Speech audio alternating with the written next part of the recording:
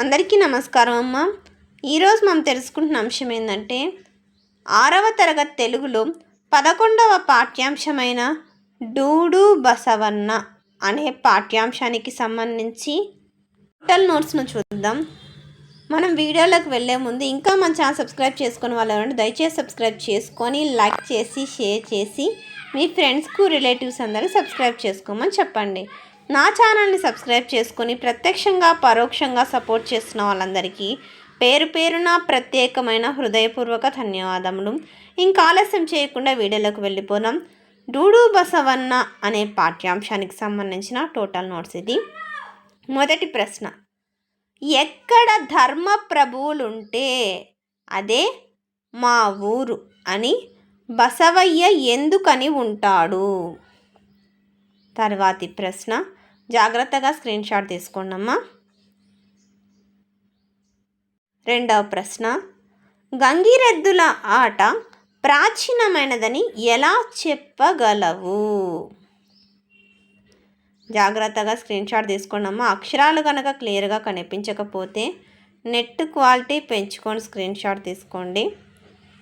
ఇంకా మన channel subscribe చేసుకుని వాళ్ళు ఉంటే దయచేసి సబ్స్క్రైబ్ చేసుకొని లైక్ చేసి షేర్ చేసి మీ ఫ్రెండ్స్కు రిలేటివ్స్ అందరూ సబ్స్క్రైబ్ చేసుకోమని చెప్పండి. తర్వాతి ప్రశ్న, గంగిరెద్దుల వాళ్ళ దగ్గర ఏ వాయిద్యాలు ఉంటాయి, వాటిని ఎలా ఉపయోగిస్తారు?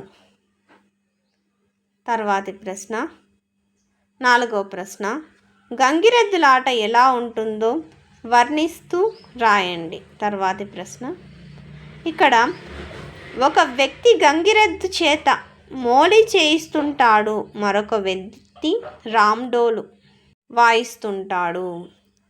ఇక్కడికక్కడ స్క్రీన్ షాట్ తీసుకోండమ్మా. మళ్ళీ చెప్తున్నా అనుకోదండి. అక్షరాలు కనుక క్లియర్గా కనిపించకపోతే నెట్ క్వాలిటీ పెంచుకొని స్క్రీన్ షాట్ తీసుకోండమ్మా.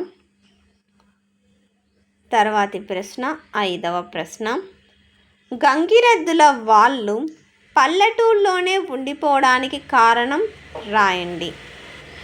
గంగిరెద్దుల వాళ్ళు పల్లెటూరులోనే ఉండిపోవడానికి కారణాలను రాయండి. తర్వాతి ప్రశ్న, ఆరవ ప్రశ్న, మీకు నచ్చిన లేదా మీరు మెచ్చిన జానపద కళారూపాన్ని ప్రశంసిస్తూ రాయండి. నాకు తొలబొమ్మలాట అంటే చాలా ఇష్టం. తర్వాతి ప్రశ్న, ఇప్పుడు ప్రశ్నలు చూసినాం కదా. ఈ పాఠ్యాంశానికి సంబంధించిన భాషాంశాలను చూద్దాం. ఎగ్జామ్ పర్పస్ ఇంపార్టెంట్ ఇవి. క్రింద గీత గీసిన పదాలకు అర్థాలను రాయండి, వాటితో సొంత వాక్యాలను రాయండి. ఇక్కడ మకాం అంటే నివాసం, ఎలుకలు బొరియలలో నివాసం ఉంటాయి. ఆప్యాయం అంటే వాత్సల్యం, మా ఉపాధ్యాయుల మమ్ములను వాత్సల్యంతో చూస్తారు. అనుగుణం అంటే తగినట్లు, ప్రశ్నలకు తగినట్లు జవాబు ఉండాలి. కనుమరుగు అంటే నాశనం, మానవులలో మంచితనం నాశనం అవుతుంది. తర్వాత ఉదకం అంటే నీరు జలం. తర్వాత నాన్న అంటే తండ్రి జనకుడు. తర్వాత పై వాక్యాలలో బసవయ్య అనే పదానికి సమానార్థక పదాలను గుర్తించి రాయండి. ఇక్కడ బసవయ్య అంటే ఏంది అర్థము? సమానార్థక పదాలు బసవయ్య అంటే వృషభము, ఎద్దు. ఓకేనా? గోవు, ధేనువు ఇవన్నీ వచ్చేసి ఆడది, ఆవుకు సంబంధించినవి. కానీ బసవయ్య అంటే మొగది కాబట్టి వృషభం, ఎద్దు. తర్వాతి ప్రశ్న, ఇక్కడ చూడండి, సంతోషం అంటే సంతసం.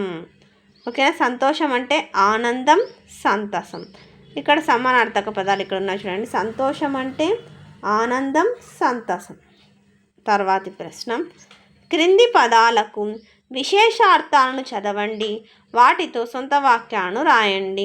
రూపుమాపు అంటే నాశనం చేయు, మనం వరకట్న దురాచారాన్ని రూపుమాపాలి. తర్వాతి ప్రశ్న, ఇక్కడ చూడండి, మూఢనమ్మకాలు పట్టుకొని వేలాడు అంటే వదిలిపెట్టకుండా ఉండడం.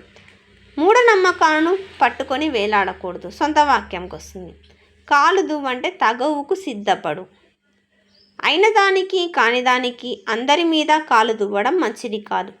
త్రిలోదకాలు ఇవ్వడం అంటే సంబంధం లేదా అనుబంధం తెంచుకోవడం. ఉదాహరణకు సొంత వాక్యం ఏం రాసుకోవచ్చు, దుర్మార్గానికి త్రిలోదకాలు ఇవ్వడం మంచిది. అందరికీ ధన్యవాదాలమ్మా. ఇంకా మన ఛానల్ సబ్స్క్రైబ్ చేసుకొని వాళ్ళు ఉంటే దయచేసి సబ్స్క్రైబ్ చేసుకొని లైక్ చేసి షేర్ చేసి మీ ఫ్రెండ్స్కు రిలేటివ్స్ అందరికీ సబ్స్క్రైబ్ చేసుకోమని చెప్పండి. నా ఛానల్ని సబ్స్క్రైబ్ చేసుకొని ప్రత్యక్షంగా పరోక్షంగా సపోర్ట్ చేస్తున్న వాళ్ళందరికీ పేరు పేరున ప్రత్యేకమైన హృదయపూర్వక ధన్యవాదములు. అందరికీ ధన్యవాదాలు. దయచేసి వీడియోని మాత్రం స్కిప్ చేయదు. ధన్యవాదాలు.